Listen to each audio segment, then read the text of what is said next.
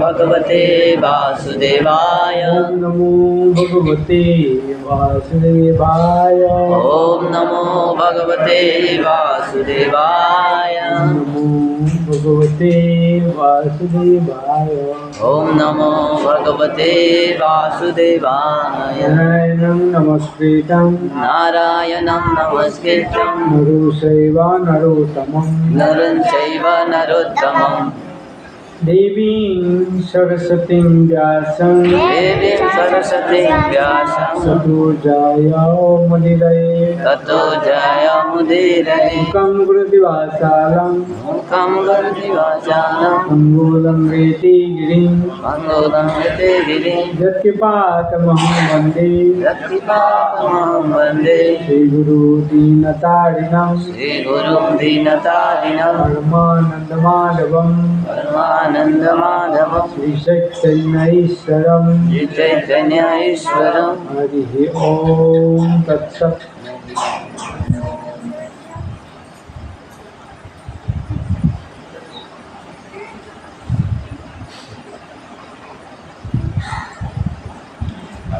Yes, Prabhu, keep on.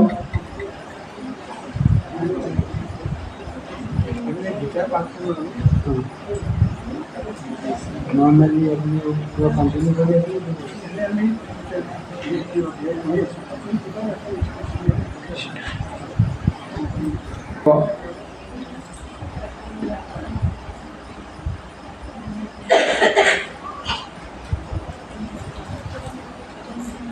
Bhagavad Gita द्वितीय अध्याय 16 number श्लोक।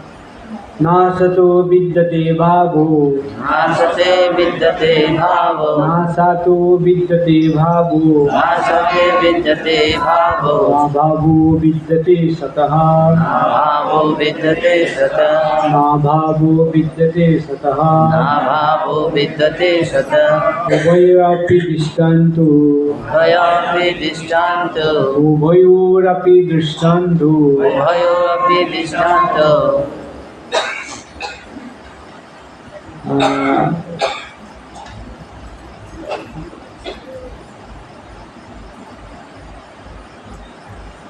तत्तदर्शिभिः तत्एतयोरपि दृष्टान्तो तत्रैवापि दृष्टान्तो तन्मया तत्तदर्शिभिः मया तत्तदर्शिभिः एतयोरपि दृष्टान्तो तत्रैवापि दृष्टान्तो तन्मया तत्तदर्शिभिः तन्मया तत्तदर्शिभिः नासतो विद्यते भावो नासते विद्यते भावो नाभवो विद्यते सतः न भावो विद्यते सतः उभयोरपि दृष्टान्तो उभयोरपि दृष्टान्तो तन्मया तत्त्वदर्शिभिः तन्मये तत्तदर्शिभिः। অসমীয়াত ক'লেও হ'ব না? অসমীয়াত ভক্ত নাই না?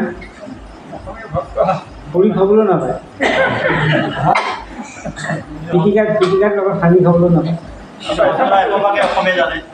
অসমীয়াটো চবেই জানে, কিন্তু মই 30 বছৰ অসমত প্ৰচাৰ কৰি এটা অসমীয়া ভক্ত বনাব নোৱাৰিলোঁ। সেইটো মোৰ বহুত ডাঙৰ ডিছক্ৰেডিট, আৰু এইটো ডিছক্ৰেডিটত আপোনালোকে মোক অলপ সহায় কৰা নাই। ক্ৰেডিট এটা দিব লাগিছিলে আপোনাক। অসমীয়া ভক্ত বনোৱা বহুত কঠিন আছে। মই নাজানো মই নিজে কেনেকৈ ভক্ত হ'ল, মই অসমীয়া নহয় নেকি, ডুপ্লিকেট অসমীয়া নেকি।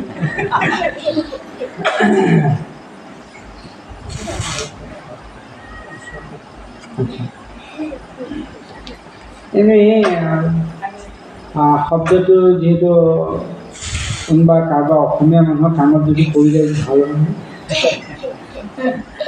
আৰু অসমৰ মানুহেতো চবেই অসমীয়া জানে আপোনালোকক, আৰু হিন্দীত ক'ব লাগে। মই হিন্দীত ক'বলগীয়া হ'লে মই ভাবোঁ যে মই অসমত প্ৰিচিং কৰি আছোঁ কিয়, মই অসমৰ বাহিৰত নাযাওঁ কিয়।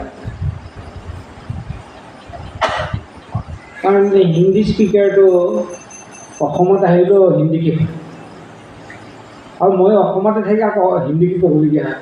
মোৰ এইটো বহুত ডাঙৰ দুখ যায়। কোনো ষ্টেটত পাৰ্টিকুলাৰলি অন্য ষ্টেটৰ ভাষাৰে বেছি প্ৰিচিং নহয়। আপোনালোকে অলপ অসমীয়া ভক্ত বনাবলৈ চেষ্টা কৰিবচোন, তেতিয়া আপোনালোকে একদম তাগৰা ভক্ত হৈ যায়। এনে কিবা নুবুজিলে মোক পিছত প্ৰশ্ন কৰিব পাৰিব। এইটো শ্লোকটো বহুত ইম্পৰ্টেণ্ট শ্লোক। মই লাহে লাহে ইয়াৰ তাৎপৰ্য বুজিব পাৰিছোঁ। না असतो विद्यते भावो, যিটো অসৎ বস্তু विद्यते भाव, সেইটো তাৰ ন বিদ্যতে মানে তাৰ নাথাকে, অস্তিত্ব নাথাকে। না असतो विद्यते, যিটো অসৎ বস্তু এইটো নাথাকে। আৰু যিটো সৎ বস্তু না ভাবো বিদ্যতে, কোনো অভাৱ নাথাকে। যিটো অসৎ বস্তু তাৰ অস্তিত্ব নাথাকে আৰু যিটো সৎ বস্তু তাৰ অভাৱ নাথাকে। কিমান ডাঙৰ কথা। না असतो विद्यते भाव, না असतो विद्यते भव। ভাব মানে ভৱ মানে হয়, মানে असत ন विद्यते এনেকুৱা ভৱ। असत তাৰ কোনো অস্তিত্ব নাথাকে। আৰু না ভাবো অভাৱ নাথাকে। বিদ্যতে সতঃ, যিটো সৎ বস্তুৰ তাৰ কোনোদিন অভাৱ নহয়। আপোনালোকে জীৱনত চাবচোন, যিটো বস্তুৰ সদায় প্ৰয়োজন আছে সেইটো বহুত সস্তীয়া, অভাৱেই নাই। যেনেকৈ আমাৰ বায়ুৰ কোনো অভাৱ নাই, যিমান বায়ু ল'ব পাৰে পুৰা পেট ফুলাই বুকু ফুলাই গ'লেও কোনো অসুবিধা নাই। এই তই কিমান বায়ু লৈছ, নল'বি, এনেকৈ কোনো কমপ্লেইন নকৰে। যিটো বস্তুৰ প্ৰয়োজন বেছি সেইটো বস্তুৰ এভেইলেবিলিটিটো বেছি। ঠিক তেনেকৈ আমাৰ ভগৱানৰ প্ৰয়োজনো ইমান বেছি যে পৰমেশ্বৰ ভগৱান সেইকাৰণে আমাৰ প্ৰত্যেকৰ হৃদয়তে থাকে।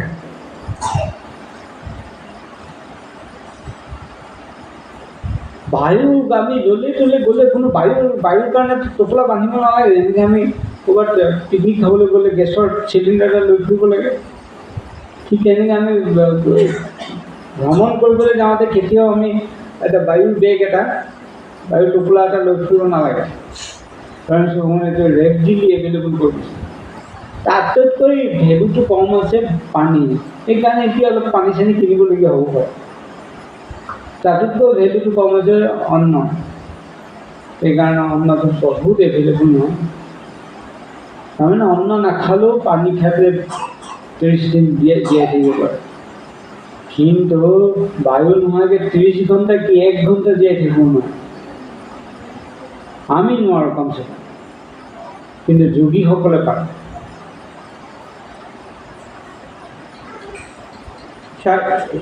সেইটো কাৰণে যিটো অভাৱ নাই সেই বস্তুটোৰ বিষয়ে আপুনি চাবচোন, সেই বস্তুটোৰ ওপৰত আমি ধ্যানেই নিদিওঁ। সেইটো যেন কোনো ভেলুৱেই নাই। সেইটোৱে আমাৰ এতিয়া পানী আমি বহুত ভেলু দিওঁ। আমাৰ পানীটো দূষিত হৈছে।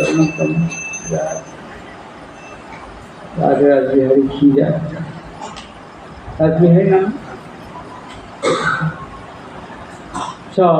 উভয়োৰপি, উভয় মানে দুটা, অসৎ আৰু সৎ, এই দুটা বস্তু। উভয়োৰপি দৃশ্য, এই দুটা বস্তু যিসকলে দৰ্শন কৰিছে তো, কিন্তু অনয়োৰ এই দুইটা তত্ত্বদৰ্শী, তত্ত্ব সেইসকলেই জানে। তত্ত্বজ্ঞ সেইসকলেই যিসকলে এই উভয় বস্তুটো জানে। যিসকলে উভয় বস্তুটো নাজানে তেওঁলোক অতত্ত্বদৰ্শী, তেওঁলোকে তত্ত্ব নাজানে। তত্ত্ব নাজানে মানে সত্যটো নাজানে, বাস্তৱ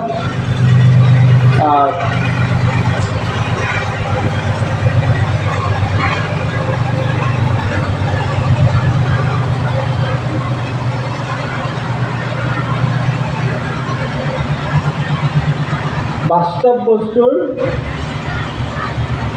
উপলব্ধি নাই। বাস্তৱিকতে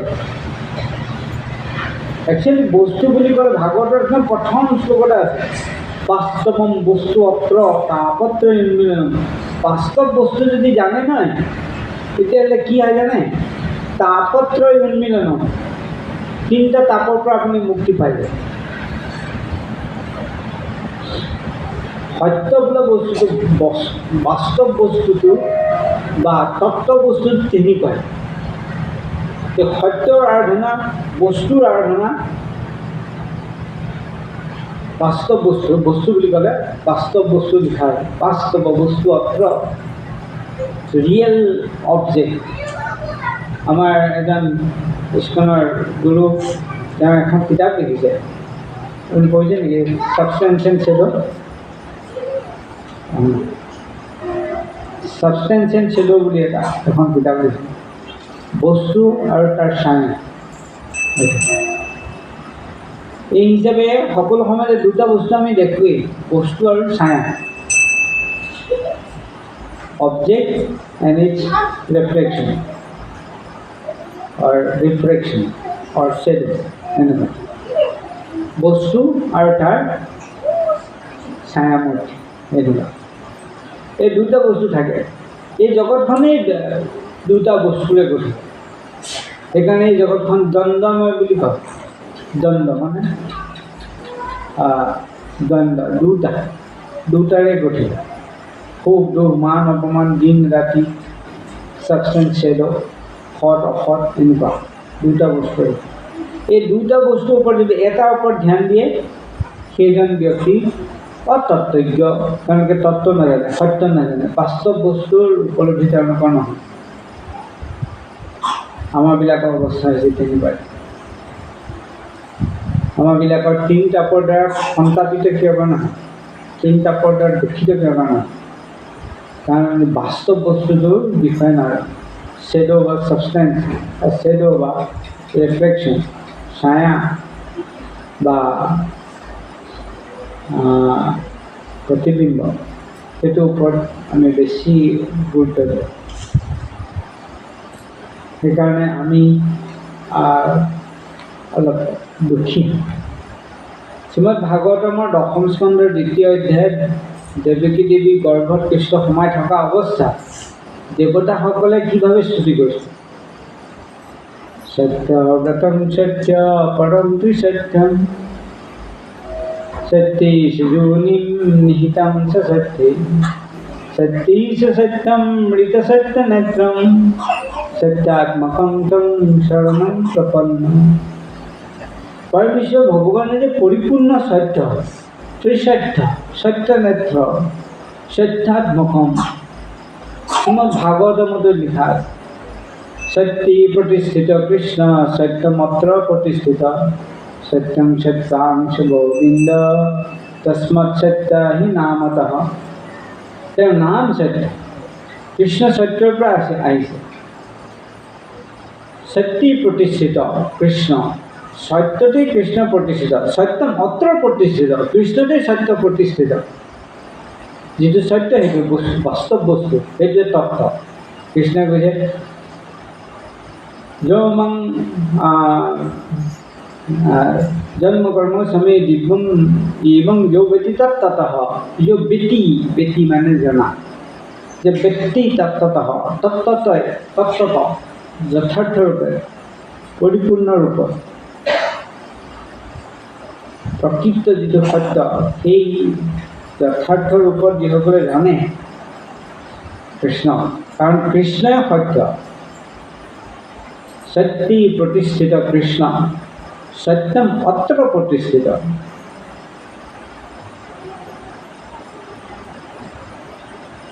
তস্মাৎ সত্য হি নামতঃ। তেওঁৰ নাম সত্য। এই সত্য আৰাধনা কৰা ইমান সহজ নহয়। সত্য আৰাধনা কৰা ব্যক্তিবিলাক সত্যৰ কাৰণে জীৱন ডেডিকেট কৰিব লাগে। সত্যৰ উপাসক হ'বলৈ হ'লে সত্যক লৈ পেলাই চলিব লাগে। সত্যক লৈ পেলাই চলিব খোজা ব্যক্তিবিলাক বহুত তপস্বী হ'ব লাগে। যিসকল তপস্যা কৰে তেওঁলোকৰ চিত্ত শুদ্ধ হয়, পবিত্ৰ বস্তুটো ধাৰণ কৰিব পাৰে। সেইকাৰণে যিসকল অৰ্জুনক পৰমেশ্বৰ ভগৱানে সেইকাৰণে তপস্যা কৰিবলৈ কৈছে। শ্ৰীমদ ভাগৱতমৰ ভাগৱত গীতাত কৃষ্ণই 3 প্ৰকাৰ তপস্যাৰ কথা কৈছে। শাৰীৰিক তপস্যা, বাচিক তপস্যা, মানসিক তপস্যা। ভাগৱতমৰ 2য় স্কন্ধ 9 নম্বৰ অধ্যায় ব্ৰহ্মা কৈছে যে তপো দিব্যম, এইটো 5ম স্কন্ধ 5ম অধ্যায়ত ঋষভদেৱে পুত্ৰ হ'বলৈ কৈছে, তপো দিব্যম এনেকৈ। ব্ৰহ্মাৰ আগত কৃষ্ণই কৈছে যে তপস্যা হৃদয় মুহ্যম, তপস্যাই যে মোৰ হৃদয়। তপস্যা হৃদয় মুহ্যম তপ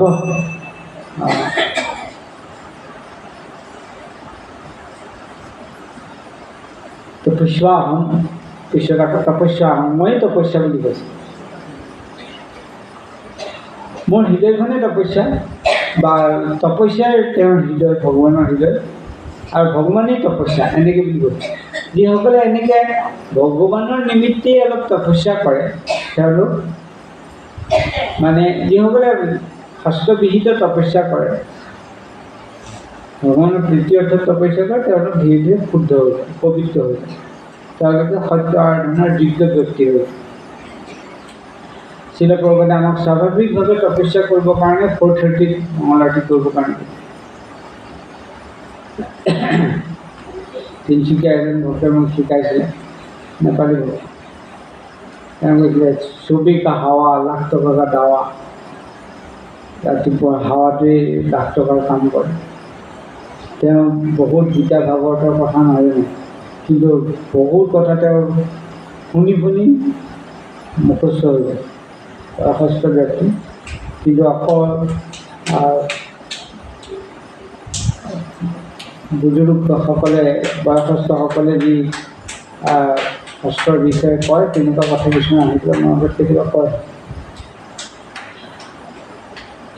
এই ৰাতিপুৱাৰ এই যিটো সময়, এইটো হৈছে বহুত সাত্বিক সময়, সত্যগুণৰ সময়।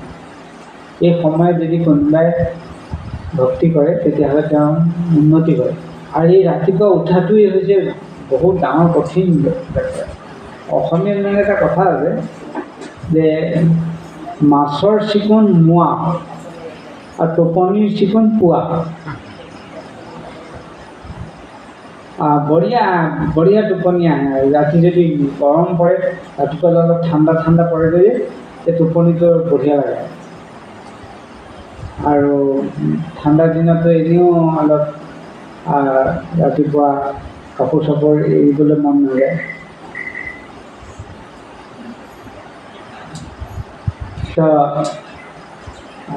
মোৱা মাছটো মই কেনেকুৱা নাজানো, মনত নাই, কিন্তু এইটো খাবলৈ ভাল নেকি জানো। এইটো খোৱাৰ লগত তুলনা কৰিছে। মাছৰ চিকুণ মোৱা, টোপনিৰ চিকুণ পুৱা। ৰাতিপুৱা উঠাটো হৈছে চব বড় তপস্যা। মই বহুত ভাল ল'ৰা দেখিছোঁ, ল'ৰা ছোৱালী একদম ডিষ্টিংশ্যন পোৱা 80%, 90%, 85% এনেকুৱা পোৱা ল'ৰা ছোৱালীবিলাকে বহুত পঢ়ে, ৰাতি 1টা 2টালৈকে পঢ়ে। কিন্তু মই কওঁ যে আপোনালোকে অলপ সোনকালে শুই পেলাই 2টা বজাতে উঠি যাবচোন, পঢ়িব।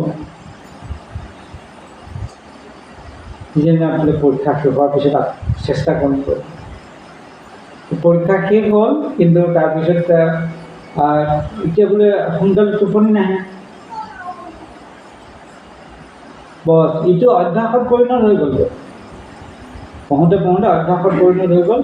এতিয়া ৰাতি 12টা 1টা 2টা 3টা 4টা 5টালৈকে পঢ়ি দিব পাৰিব, কিন্তু অলপ ৰাতিপুৱা টোপনি মাৰিবলৈ পাৰিব লাগে। মানে ৰাতিপুৱা খোৱাটো এটা ফেশ্বন হৈ গৈছে এতিয়া উঠি অহা ল'ৰা ছোৱালীবিলাকৰ। গতিকে সেইকাৰণে তেওঁলোকৰ কোনো তপস্যাই নাই।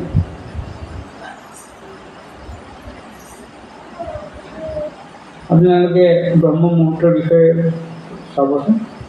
ইউটিউবতে প্ৰগ্ৰাম আছে, তাত লিখা আছে, মই আপোনালৈ পঠাইছিলোঁ নেকি এবাৰ কালৰ বিষয়ে। গধূলি 6টাৰ পৰা 9টালৈ ৰুদ্ৰকাল, 9টাৰ পৰা 12টালৈ ৰাক্ষস কাল, আৰু 12টাৰ পৰা 3টালৈ গন্ধৰ্ব কাল, আৰু 3টাৰ পৰা 6টালৈ মনোহৰ কাল। ল'ৰা ছোৱালীবিলাক এতিয়া সেই মনোহৰ কালতে সোমায়, যিটো কালত উঠি পেলাই উঠিলে স্মৃতি বাঢ়ে, ঔজ বাঢ়ে, আয়ুস বাঢ়ে, early to bed and early to rise makes men healthy, wealthy, wise. Healthy হয়, wealthy হয়, wise হয়, early to rise হয়। সোনকালে উঠিলে হেল্ডি হয়, ৱেলডি হয়, ৱাইজ হয়। কিন্তু এইটো এতিয়া অসুবিধা নোৱাৰে। আৰু মাক বাপেকৰো তেনেকুৱা আদত নাই, আৰু সেইকাৰণে মাক বাপেকো ল'ৰা ছোৱালী ইমান সোনকালে উঠাব নোৱাৰে, নিজেই তেনেকুৱা উঠিব নোৱাৰে আৰু কেনেকৈ উঠাব পাৰে। গতিকে তপস্যাৰ নামত কোনেও বহুত কিবা এটা কৰিব নোৱাৰে, কাৰণ ৰাতিপুৱা যদি উঠিবই নোৱাৰে, কি এটা কয় নহয়,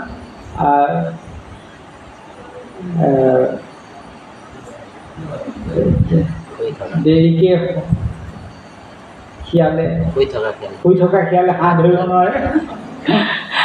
যদি ৰাতিপুৱাই যদি শিয়ালটো ওলাই আহে, সি হাঁহ এটা পাবই। হাঁহেও ৰাতিপুৱা উঠি পেলাই মানে কেঁ কেঁ কেঁ কৰি পেলাই যায়, আৰু শিয়ালে সেই সময়ত যদি সি টোপনি মাৰে চেচ আৰু গোটেই দিনটোৰ কাৰণে সি লঘোণে থাকিব। সি যদি সেই সময়তে চিকাৰত কৰিবলৈ যায়, তেতিয়াহ'লে হৈ গ'ল। এই শিয়ালো উঠে, আমাৰ মানুহবিলাকে শিয়ালতকৈ বেয়া।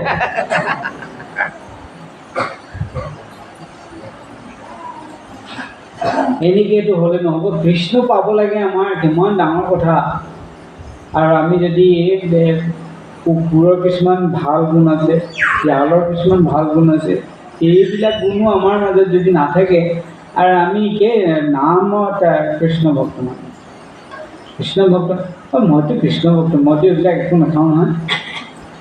তুমি কৃষ্ণ ভক্ত সেইটো নোকোৱাকৈ ক'ব নোৱাৰা নি মই এইবিলাক নাখাওঁ। মইতো কৃষ্ণ ভক্ত, এই চাৰ্টিফিকেটখন নিজে দিব লাগে কিয়? মইতো কৃষ্ণ ভক্ত নহয়, মই নাখাওঁ এইবিলাক।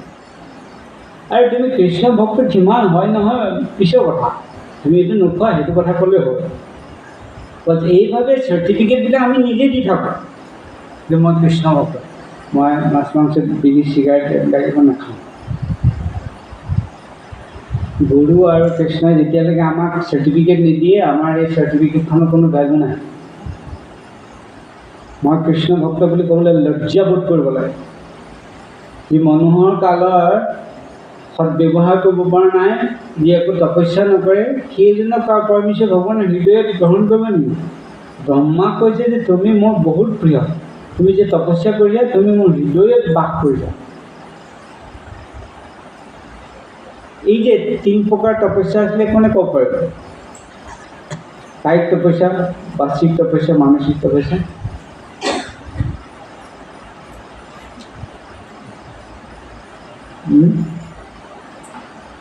এই তপস্যা 3টা কোৱাৰ পিছত কৃষ্ণই আকৌ ব্যাখ্যা কৰিছে, সাত্বিক তপস্যাৰ ফল এনেকুৱা, ৰাজসিক তপস্যাৰ ফল এনেকুৱা, তামসিক তপস্যাৰ ফল এনেকুৱা। এনেকুৱা তপস্যা আকৌ 3 প্ৰকাৰ হৈ যায়। হিৰণ্যকশিপুৰে কিবা কমটি তপস্যা কৰিছিলেনে? সেইটো কিন্তু সাত্বিক তপস্যা নাছিল। যিসকল চাইণ্টিষ্ট এইবিলাকে কিবা আৰামত শুই থাকে নেকি? সিহঁতেও বহুত তপস্যা কৰে। হিৰণ্যকশিপু, কংস, ৰাৱণ এইবিলাক কমটি তপস্যী নহয়, বহুত ডাঙৰ তপস্যা।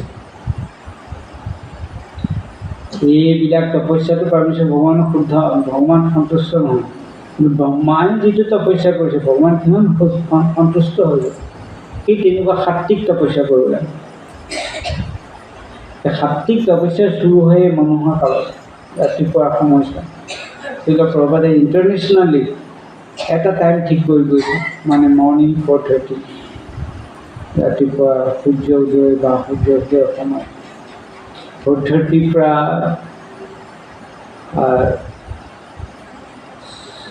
48 মিনিটছ প্ৰায় হেৰি ব্ৰহ্ম মুহূৰ্ত এটা বুলিছে। গোটেই কালটোৱে 3 ঘণ্টাৰ কালটোৱে হৈছে মনোহৰ কাল। এনে নাচতো বিদ্যুতি ভাৱ নভৱো বিদ্যুতি স্বতঃ, এই কথা এই তত্ত্বটো জানিবৰ কাৰণে তপস্যী হ'ব লাগে। তপস্যীবিলাকৰ চিত্ত শুদ্ধ হয়। বিনা তপস্যা ছাত্ৰনাম অধ্যয়নে তপ, অধ্যয়নৰূপী তপস্যা কৰাৰ কাৰণে তেওঁলোকে এনেকুৱা ভাল ৰিজাল্ট কৰিব পাৰে। গতিকে আটাইতকৈ ডাঙৰ তপস্যা হৈছে পৰম সত্য, পৰম ব্ৰহ্ম, পৰম পুৰুষোত্তম ভগৱান কৃষ্ণক সন্তুষ্ট কৰা হৈছে সবচেয়ে ডাঙৰ তপস্যা। কাৰণ ইয়াৰ ওপৰত না অৰ্ধম না সম না সমুৰ্ধম, যাৰ সমান নাই আৰু যাতকৈ উৰ্ধত নাই। এই তেনেকুৱা মহান বা এক প্ৰথম বা আদি পুৰাণ সেই ব্যক্তিজনক সন্তুষ্ট কৰা ইমান সহজ নেকি?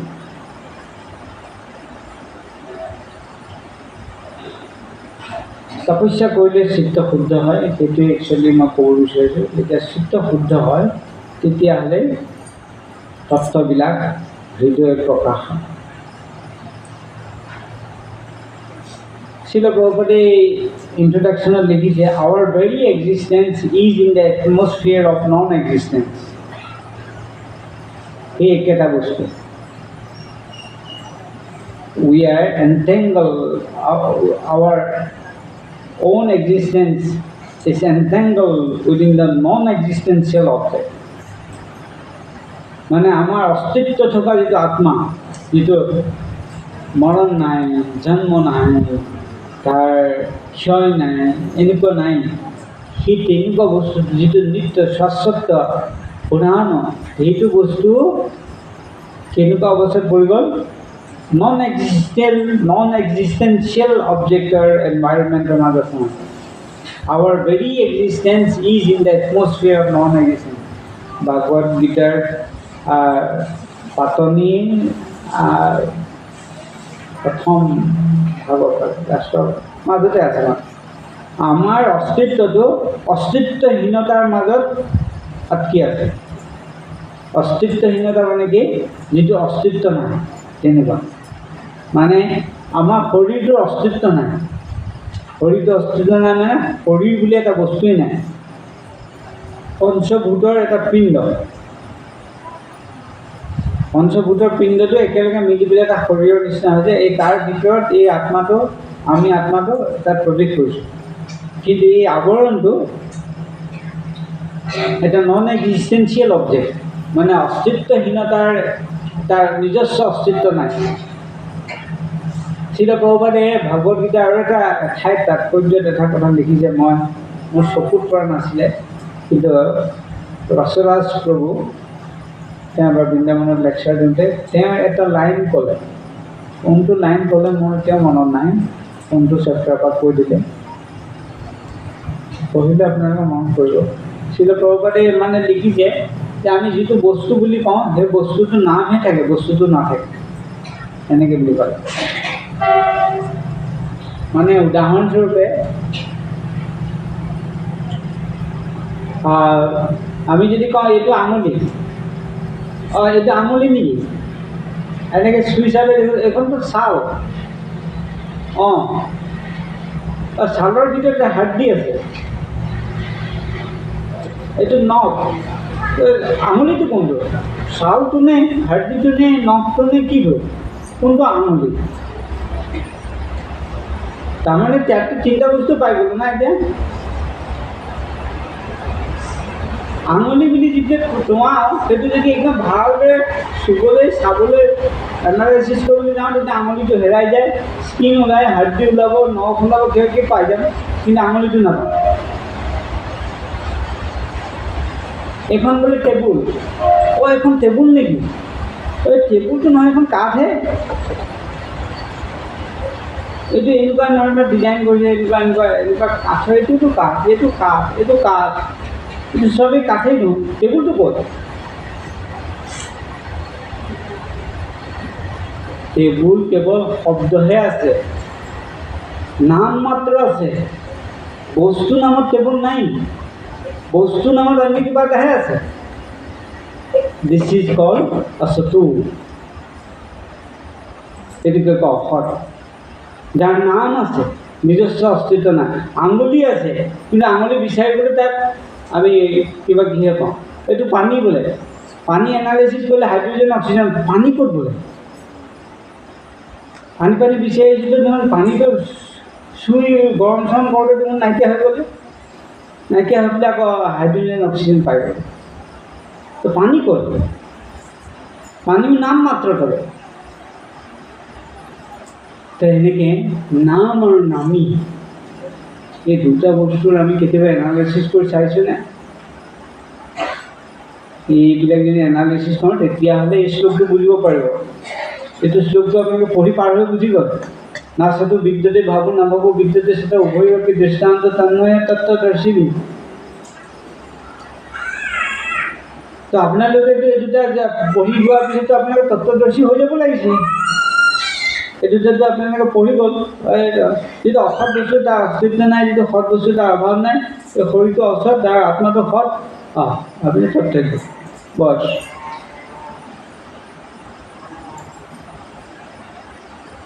কিন্তু তত্ত্বজ্ঞ ব্যক্তি নিজে তত্ত্বজ্ঞ হ'ব পাৰিব লাগে, তাৰপিছত লোকক তত্ত্বজ্ঞ কৰিব পাৰে। যি নিজেই নাপায়, নিজেই নাজানে, নিজৰে উপলব্ধি নাই, তেওঁ কেতিয়াও অন্যক তত্ত্ব শিকাব নোৱাৰে।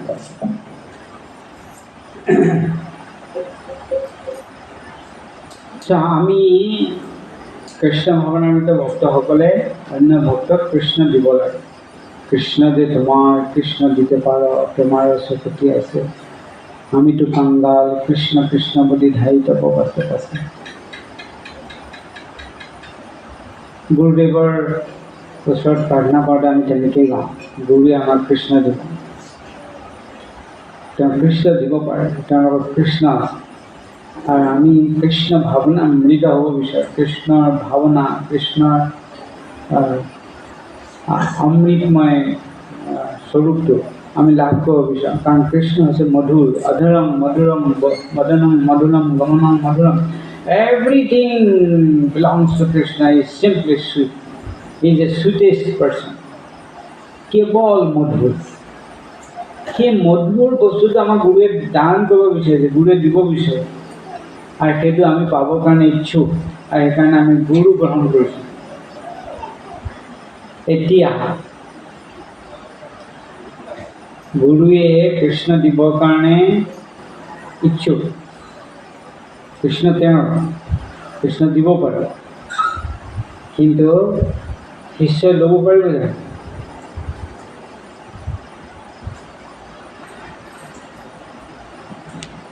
শিষ্যই ল'বৰ কাৰণে তেওঁৰ নিজৰ মাজত যোগ্যতা অৰ্জন কৰিব।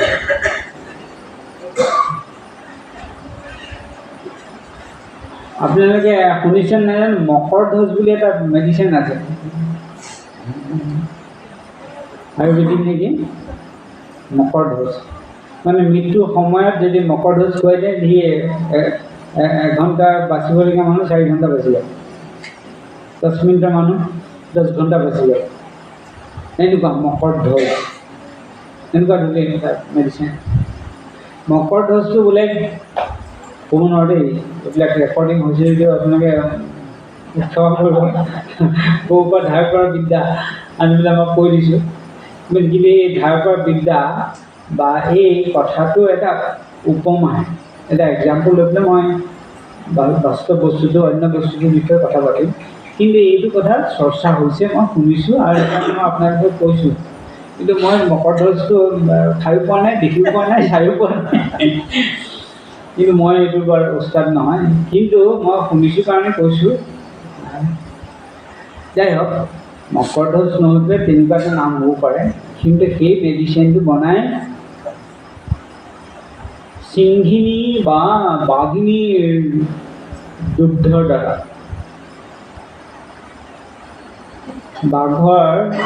বাঘিনীৰ দুগ্ধ বা সিংহিনীৰ দুগ্ধ ইমান মহত্বপূৰ্ণ সেই দুগ্ধৰ এক বিন্দু যদি মেডিচিনত পৰে সেই মেডিচিনটো এনেকুৱা ধৰণৰ মকৰধ্বজ বোলে বিশেষ ধাৰণ কৰিব পাৰে। তো কথা হ'ল যে কিন্তু পাব কেনেকৈ? গাখীৰ খীৰাবলৈ গ'লেতো চেচেই সিংহিনী বাঘিনী গাখীৰ খীৰাবলৈ গ'লে চহা হৈ যাব সি নিজে। সেইটো পোৱাই কঠিন, সেইকাৰণে মকৰধ্বজৰ মেডিচিনটো পোৱা কঠিন। এইটো কালেক্ট কৰে যিসকল এই বনত ঘূৰে তেনেকুৱাবিলাকে এই বাঘিনীৰ ৰক্ত বাচ্ছাই যেতিয়া খায় বা সিংহিনীৰ বাচ্ছা খাওঁতে কেতিয়াবা যেনেকৈ গৰুৰ বাচ্ছাৰ মুখত ফেন লাগি থাকে, গাখীৰত ফেন লাগি থাকে, কেতিয়াবা মাটিত পৰে, ঠিক তেনেকুৱা এটোপাল যদি পৰি যায় এটা এক বিশেষ ধৰণৰ ৰঙৰ মাটিৰ সৈতে লাগি পেলাই এক ধৰণৰ বিশেষ ৰং ধাৰণ কৰে। সেইটোৰ পৰা গম পায় এই যে বাঘিনীৰ দুগ্ধ বুলি বা সিংহিনীৰ দুগ্ধ বুলি। তেনেকুৱা ধৰণৰ আনি পেলাই ক'ৰবাত এনেকুৱা লগায়। যাই হওক, কিন্তু সেই বাঘিনীৰ দুগ্ধ বা সিংহিনীৰ দুগ্ধ কিহত ধাৰণ কৰিব পাৰি? সেইটো যদি আপুনি গাখীৰ খোৱা যে ষ্টীলৰ বাচন বা যিকোনো বাচন লৈ যায়, সেই গাখীৰটো সিংহিনীৰ দুগ্ধটো কণ্টামিনেটেড হৈ যায়, হয়তো দোষী হৈ যায়। একদম যথাৰ্থ ৰূপত যদি ধৰি ৰাখিব লাগে তেতিয়াহ'লে সোণৰ পাত্ৰত সেই গাখীৰটো ধৰিব লাগে।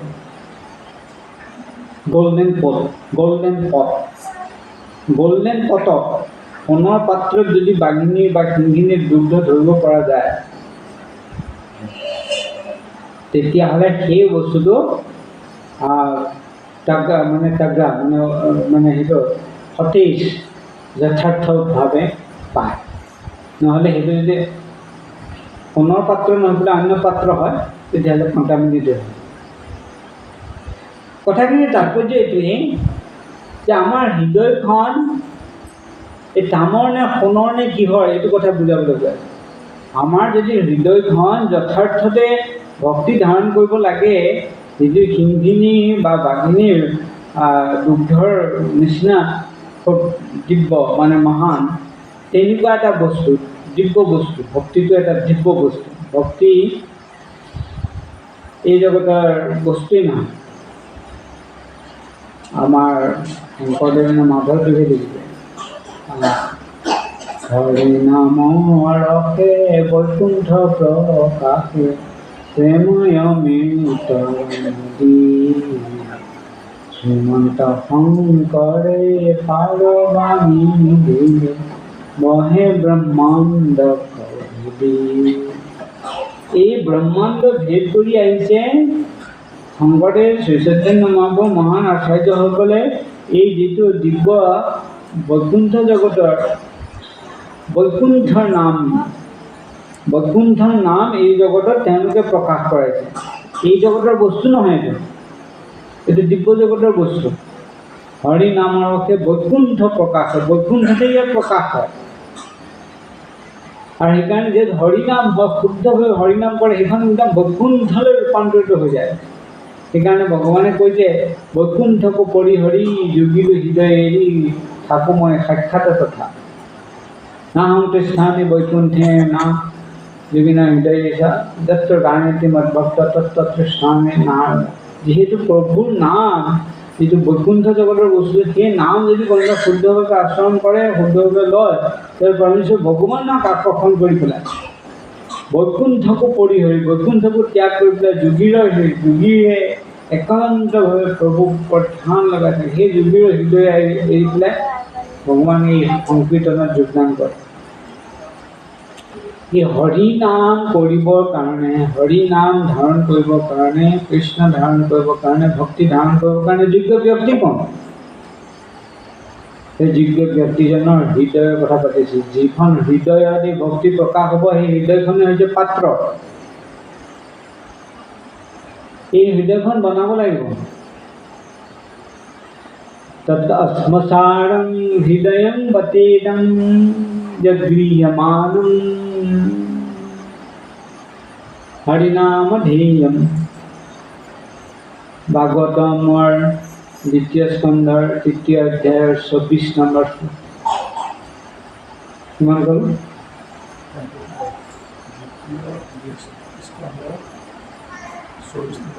হা? স্কন্ধ অধ্যায়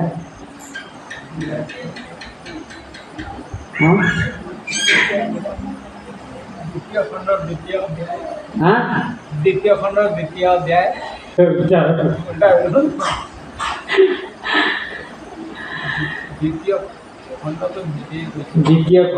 ২য় স্কন্ধৰ ৩য় অধ্যায়। মানে আপোনালোকে মুখস্থ কৰিবলৈ সহজ, ২, ৩, ৪ এনেকৈ মুখস্থ কৰি থ'ব। লাষ্টত আৰু ২ এটা লগাই দিব। দ্বিতীয় স্কন্ধ ৩য় অধ্যায় আৰু ২৪ নম্বৰ শ্লোক। ২, ৩, ৪ সংখ্যাবিলাক মুখস্থ কৰিবৰ কাৰণে কিবা টেকনিক লগাব লাগে, নহ'লে ইমান পটকৈ এইবিলাক সংখ্যাটো মনত থাকিব নেকি? শ্লোকৰ শব্দ এটাকে মনত ৰাখিবলৈ দিগদাৰ, আকৌ সংখ্যাটো ৰাখিবলৈ আৰু দিগদাৰ। সেইটোত চাবচোন, তৎ শ্মশানং হৃদয়ং বতেদং। তেওঁৰ হৃদয়খন কঠিন পাথৰেৰে গঠিত, য'ত নামধেয়ম ধ্ৰিয়মানম ন বতেদং ন বিক্ৰিয়তে। যিজনৰ ভগৱানৰ নাম লোৱাৰ পিছতো হৃদয়ৰ কোনো পৰিৱৰ্তন নহয়, সেইজনৰ হৃদয়খন পাথৰেৰে গঠিত, কঠিন পাথৰ। শ্মশানং এনেকৈ বুলি লিখা। আমাৰ হৃদয়খন তেনেকুৱা পাথৰেৰে গঠিত নেকি? যিটো কাৰণে পৰমেশ্বৰ ভগৱানৰ নাম লোৱাৰ পিছতো আমাৰ সেই নাম চিন্তা মানি কৃষ্ণ চৈতন্য ৰস বিগ্ৰহ, ৰসেৰে পৰিপূৰ্ণ নাম। যেই নাম সেই কৃষ্ণ, নাম আৰু কৃষ্ণ অভিন্ন হয়। নাম সুধা ৰস গাও কৃষ্ণ যশ, নাম সুধা ৰস। সেই সুধাৰস নাম আৰু সেই নাম যি নামী যুক্ত, সেই নাম লোৱাৰ পিছতো আমাৰ হৃদয়ত কোনো ধৰণৰ পৰিৱৰ্তন নোহোৱা অৰ্থ হৈছে যে আমাৰ হৃদয় বুলি এখন বস্তুৱেই নাই। হৃদয় নাই মানে তাৰ অৰ্থ হৈছে হৃদয় পাথৰ। যদি হৃদয় পাথৰ, তেতিয়াহ'লে আমি পাত্ৰ হৈ উঠিম। আমি যদি পাত্ৰ হৈ উঠিব লাগে, তেতিয়াহ'লে আমি অকণ তপস্যা কৰিম। তপস্যা ৩ প্ৰকাৰ ক'লোঁ। এই 3 প্ৰকাৰ তপস্যা হৈছে দৈহিক তপস্যা। দেৱ দিব্য গুৰু প্ৰাজ্ঞ শৌচম পূজনম শৌচমেৱ চ অহিংসা ব্ৰহ্মচাৰ্য শৰীৰং তপ উচ্যতে। এইটো শাৰীৰিক তপস্যা। শাৰীৰিক তপস্যাৰ নামত কি ক'ব লাগে? দেৱ দিব্য গুৰু প্ৰাজ্ঞ। প্ৰাজ্ঞ মানে জ্ঞানী ব্যক্তি। গুৰু প্ৰাজ্ঞ পূজনম, তেওঁলোকক পূজা কৰিব লাগে, তেওঁলোকক সন্মান কৰিব লাগে, আদৰ কৰিব লাগে। শৌচম, পবিত্ৰতা বজাই ৰাখিব লাগে। অহিংসা, অলপ অহিংসা মানে হিংসা ত্যাগ কৰিব লাগে, অহিংসা ভাৱটো উদয় হ'ব লাগে। ব্ৰহ্মচাৰ্য, ব্ৰহ্মচাৰ্য ব্ৰত পালন কৰিব লাগে। তেতিয়া সেইটো হৈছে শাৰীৰিক তপস্যা। এই শাৰীৰিক তপস্যা নাই, সেই কোনো আশীৰ্বাদ নাপায়। দেৱ দিব্য গুৰু প্ৰাজ্ঞ যদি পূজা নকৰে, তেতিয়াহ'লে ক'ৰ পৰা আশীৰ্বাদ পাব? শাৰীৰিক তপস্যা কৰাৰ ফলতে মানুহে আৰু আশীৰ্বাদ পায়। আৰু বাচিক তপস্যা কি আছিলে? অনুদেগ কৰং বাক্যম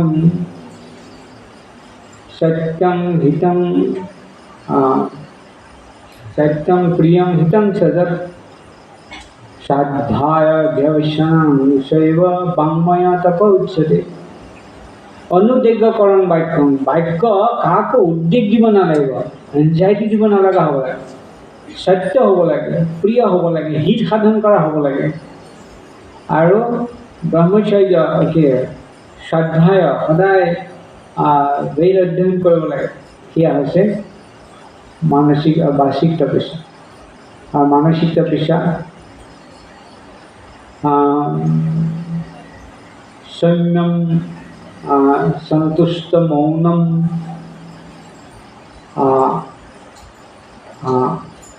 আত্মা প্ৰসন্ন সৌম্যধ্যম মৌনম এনেকৈ বুলি আছে। মৌনতা আত্মতৃপ্ত হৈ থকা, তৃপ্ত অৱস্থা থকা, প্ৰসন্ন অৱস্থা থকা। আৰু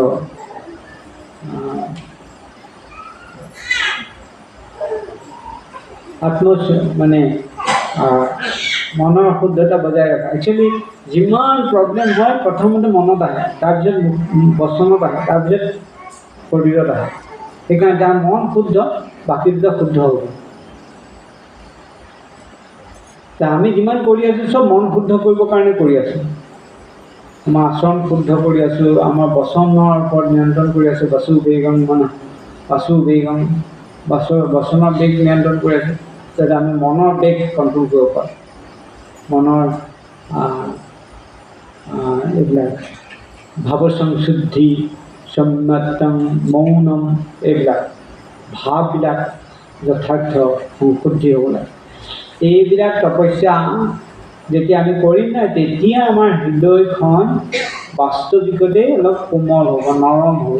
সেই কোমল বা নৰম হৃদয়তেই পৰমেশ্বৰ ভগৱানৰ সাধনা ভক্তিটো প্ৰকাশ হয়। সেইটো কাৰণে গুৰুৱে আমাক বহুত কঠিন নিয়ম নীতি পালন কৰিবলৈ কয়, বহুত ষ্ট্ৰিক্ট ৰেগুলেশ্যন ফ'ল' কৰিবলৈ কয়।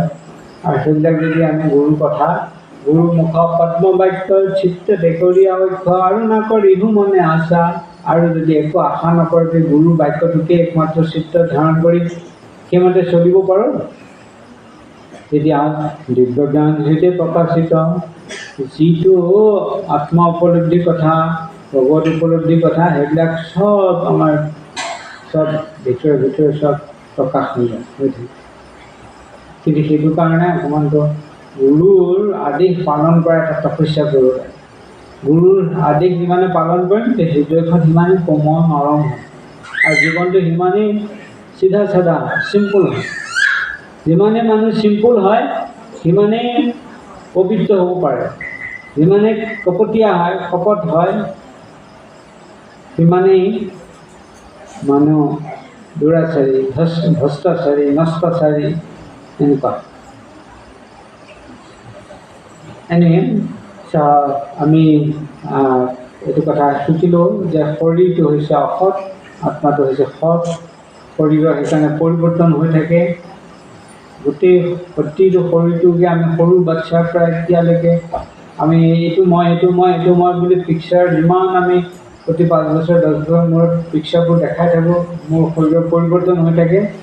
সেই পৰিৱৰ্তন হৈ থকা শৰীৰটো মই বুলি কৈ দিওঁ, সেইটো মই নহয়। যিটো পৰিৱৰ্তনশীল সেইটো অসৎ, যাৰ কোনো পৰিৱৰ্তন নাই, সেইটো হৈছে সৎ। আৰু সেই বস্তুটো আমি,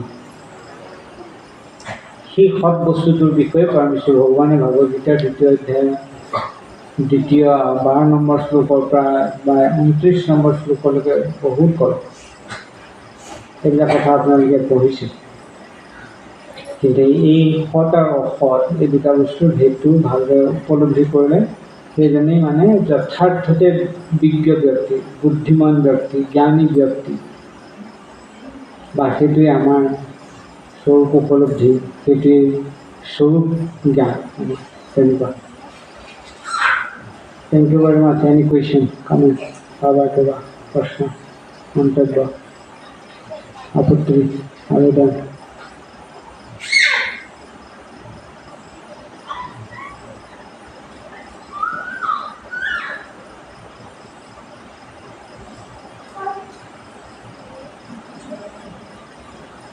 প্ৰশ্ন এতিয়া ভাল,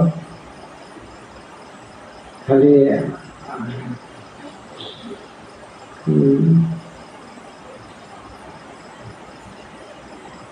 কিবা তীব্ৰভাৱে কিবা কথা প্ৰতিষ্ঠিত কৰিবলৈ গৈ পেলাই যদি আপোনালোকক অসন্তুষ্ট কৰিছে, সেইটো কাৰণে মোৰ বদনাম নাযাব পিছত।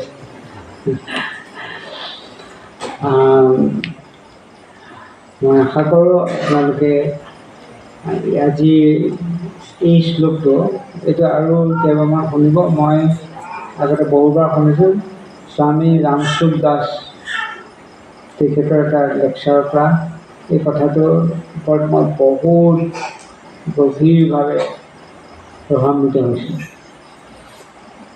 গতিকে এইবিলাক লেকচাৰ এভেইলেবল আছে। গতিকে যিমান পাৰি যিমানজনৰ পৰা আপোনাৰ শুনিব।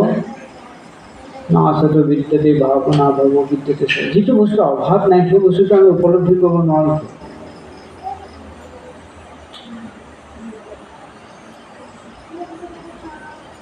আচ্ছা, আমি বস্তুবোৰ দেখোঁ, একচুৱেলি বস্তু দেখোঁ নে পোহৰ দেখোঁ? আমি পোহৰ নেদেখোঁ, বস্তু দেখোঁ।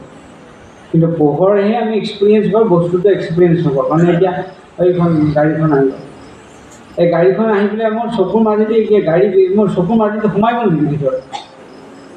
চকুৰ মাজেদি সোমাই যায় নহয়, গাড়ীখনৰ ওপৰত ৰিফ্লেকশ্যনটো আহিছে, তাৰমানে আমাৰ এটা পোহৰেই আমাৰ ওপৰত ক্ৰিয়া কৰি দিয়ে। কিন্তু পোহৰটো আমি কেতিয়াও দেখা নাই। পোহৰটোৱে যিটো অবজেক্ট, যিটো বস্তু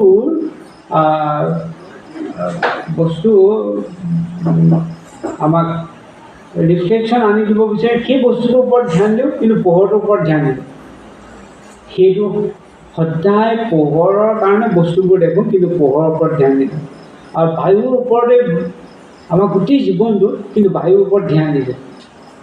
ইমান এভেইলেবল যে বায়ু, যে আমি কেয়াৰ নকৰোঁ বায়ু।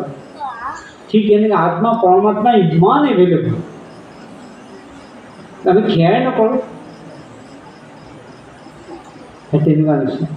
নহ'লে ভগৱানক কোৱা একদম মামুলি বস্তু, একদম সহজ বস্তু, আত্মা উপলব্ধি কৰা সহজ বস্তু।